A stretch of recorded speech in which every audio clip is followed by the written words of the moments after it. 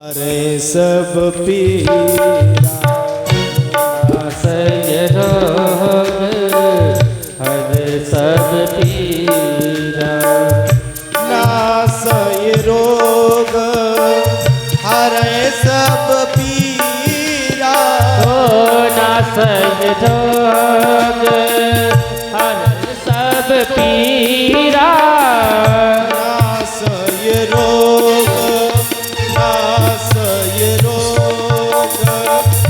हरे सब पीरा ओ नासय रोग हर सब पीरा जपत निरंतर हनुमत बीरा जपत निरंतर हनुमत बीरा जपत निरंतर हनुमत बीरा जपत निरंतर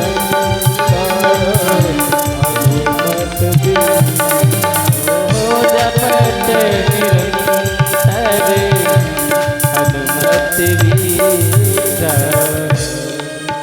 अब हनुमान जी जपते तो हैं लेकिन जपते क्या हैं?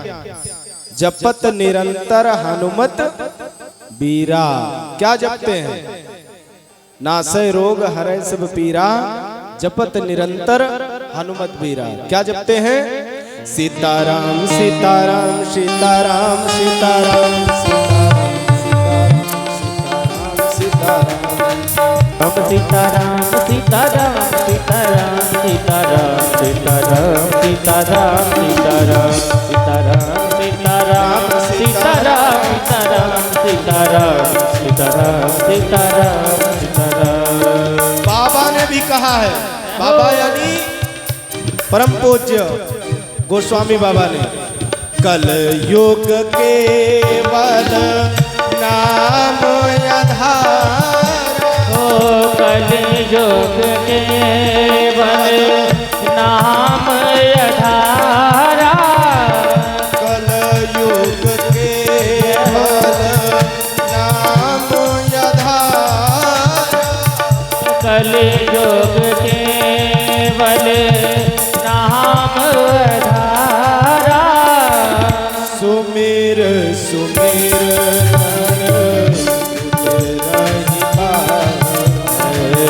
सुमिर सुमिर नर उतरहि पारा सुमिर सुमिर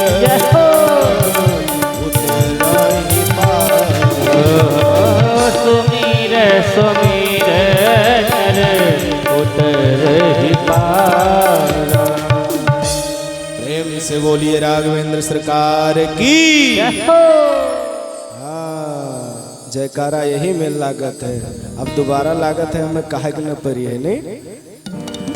काल व्याल मुखग्रास त्रास निर्णाश हेतवे श्रीमद् भागवतम शास्त्रम कलौ कीरेण भासितम। तो महाराज ये जो आप श्रीमद् भागवत शास्त्र की चर्चा कह रहे हैं, सौनक जी ने प्रश्न किया किससे? महाराज सूत जी से।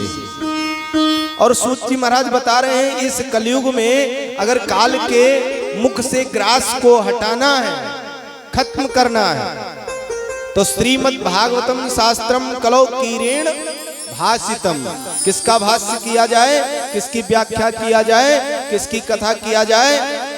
श्रीमद् भागवत महापुराण की कथा किया जाए। अच्छा महाराज, तो क्या भागवत श्रवण करने से जीवों का कल्याण इस कलयुग में सचमुच हो जाता है? क्यों नहीं, बिल्कुल हो जाता है। यहां तक नहीं, जन्मांतरे भवेत् पुण्यम तदा भागवतम लभेत। और सुनिए महाराज, मैं बता तो रहा हूं काल व्याल मुखग्रास त्रास निर्णाश हेतवे श्रीमद् भागवतम शास्त्रम कलौ कीरेण भाषितम, लेकिन ये इतना आसान नहीं है। तो महाराज, तो ये आसान, मैं बात समझ नहीं पाया। महाराज ने बताया जन्मांतरे भवेत पुण्यम।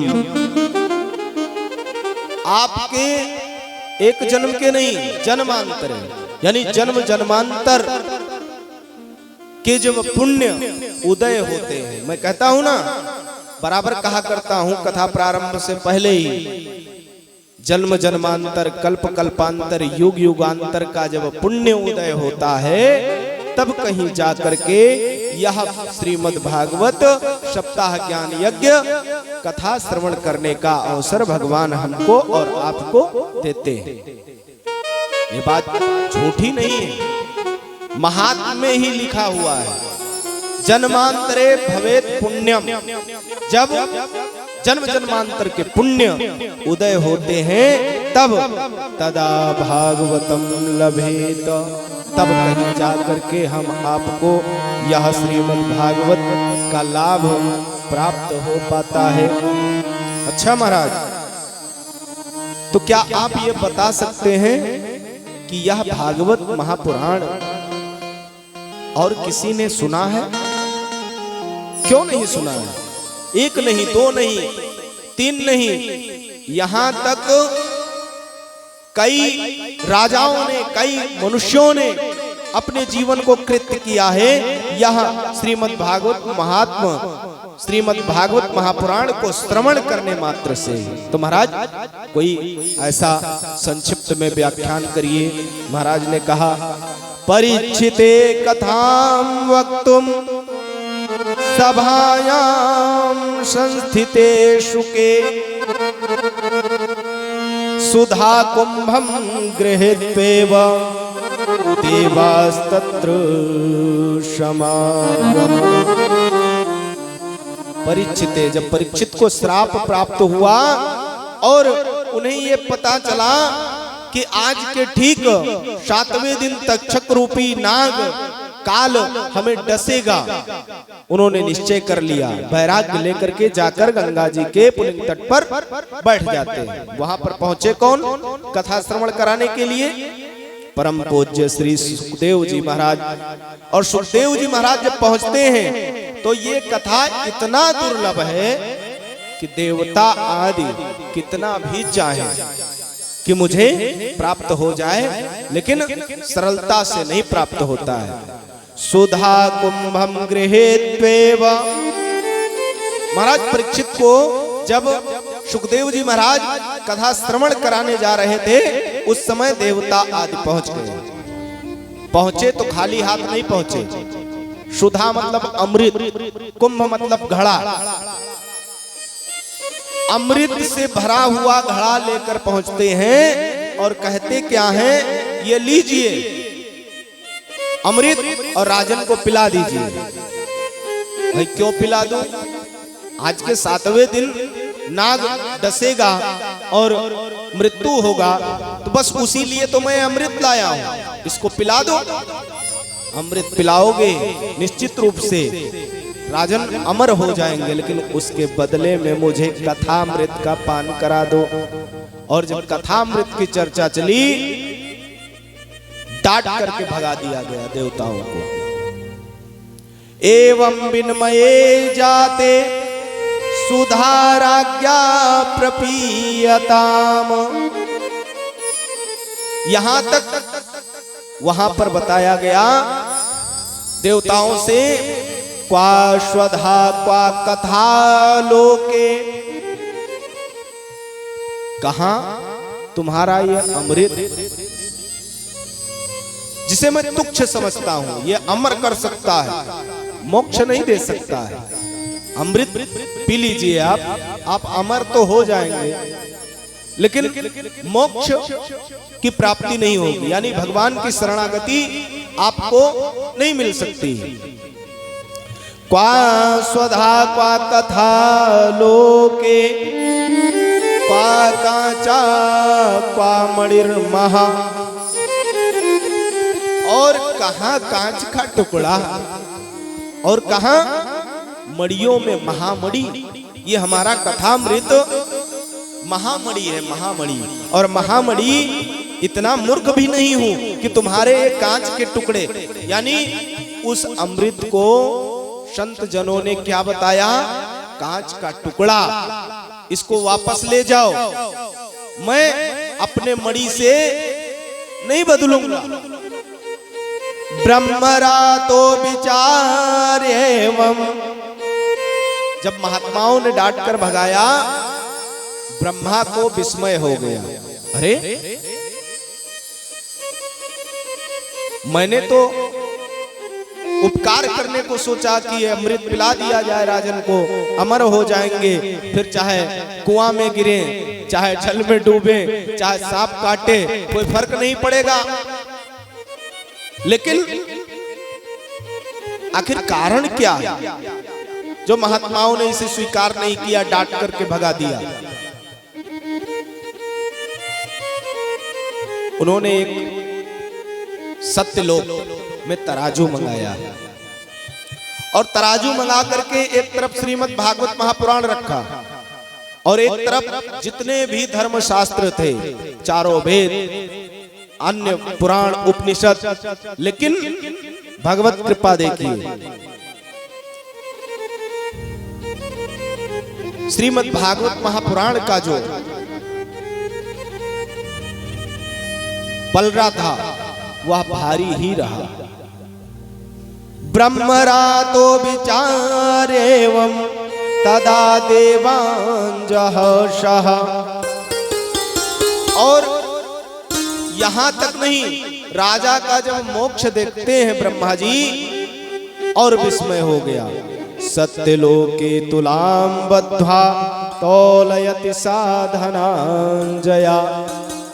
जब विस्मय होता है, सत्यलोक में तराजू को मंगाते हैं और अनेकानेक धर्म शास्त्र को श्रीमद् भागवत महापुराण से तौलते हैं। लेकिन यह श्रीमद् भागवत महापुराण भारी का भारी ही रहता है। ठीक उसी प्रकार जब बाबा गोस्वामी मानस का लेख किए, वाराणसी के जो अनेकानेक विद्वान थे, उन्होंने कहा ये क्या पथन्ना लिख रहे हो फोकट में, हम सबने वेद शास्त्र पुराण लिखा है, इसको तो पढ़ने वाला कोई है नहीं, और तुम ये रामचरितमानस, इसको कौन पढ़ेगा, कोई पढ़ने वाला नहीं है। लेकिन बाबा को चिंता हो गई कि मैंने इतने श्रद्धा विश्वास के साथ इसमें जिस स्वरूप का मैंने दर्शन किया है, अगर वो दर्शन मिथ्या हो गया तो ये जीवन बेकार है। पहुंच गए काशी विश्वनाथ भगवान के दरबार में, जिद कर बैठे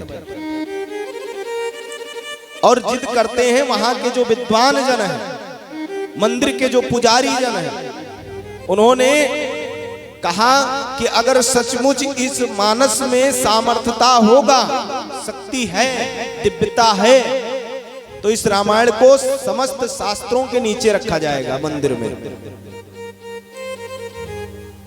और अगर इसमें तेज होगा तो पूरे रात्रि में समस्त शास्त्र को नीचे कर देगा और स्वयं ऊपर आ जाएगा।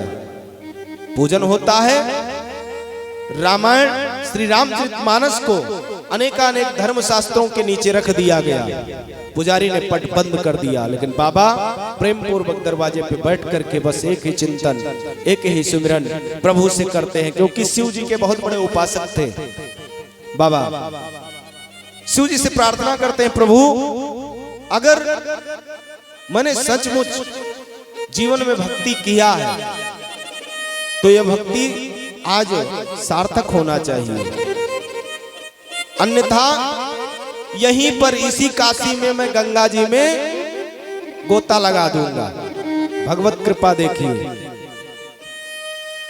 रात्रि व्यतीत हुआ, बाबा चिंतित भगवान का भजन करते रहे रात भर, चिंता में, नेत्रों में अश्रु है, रुदन कर रहे हैं, बार बार प्रार्थना करते हैं, प्रभु अब किसी तरीके से इस दास का लाज आपके ही हाथ में है, रखना हो रखो, डुबोना हो डुबो दो। अब सौंप दिया प्रभु भार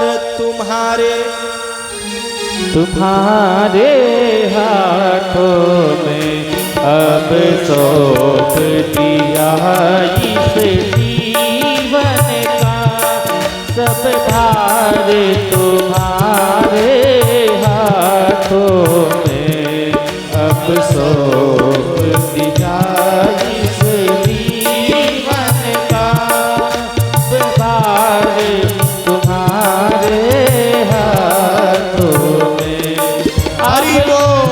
सौंप दिया इस जीवन का, अब सौंप दिया इस जीवन का, सब भार तुम्हारे हाथों में। अब जीत तुम्हारे हाथों में है, हार तुम्हारे हाथों में है, जीत तुम्हारे हाथों में है, जीत तुम्हारे हाथों में।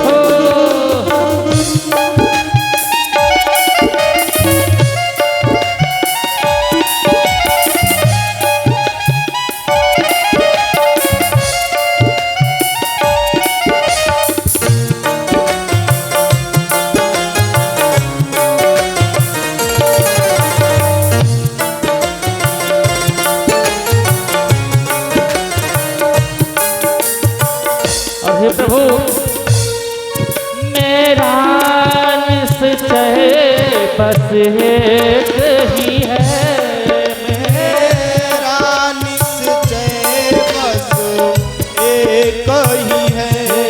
एक बार तुम्हें पा जाऊं मैं, एक बार तुम्हें पा जाऊं मैं, हो एक बार तुम्हें पा जाऊं मैं, हो एक बार तुम्हें पा जाऊं मैं। अरे भैया कर दो दुनिया का अर्पण, कर दो दुनिया भर का सब प्यार। दोनों हाथ ऊपर करके मीठी मीठी तालियों के साथ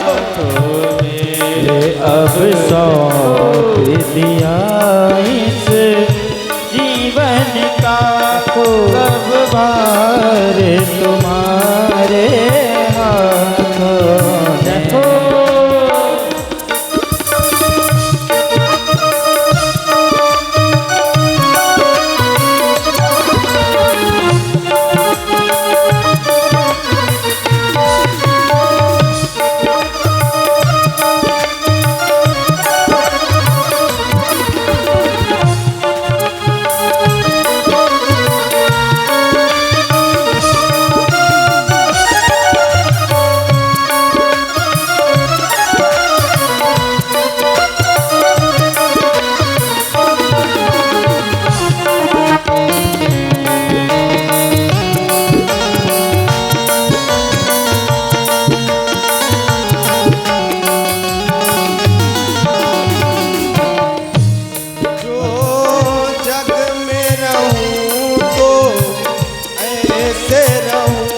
जो जग में रहो तो ऐसे रहो, जो जग में रहूं तो ऐसे रहूं, जो जग में रहो तो ऐसे रहो, जो जल में कमल का फूल रहे, जल में कमल का फूल खिले,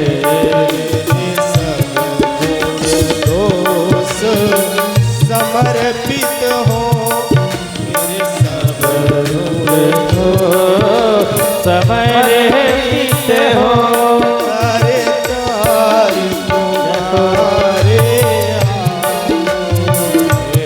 अब सौंप दिया इस जीवन का, सब भार तुम्हारे हाथों में। हरि बोल।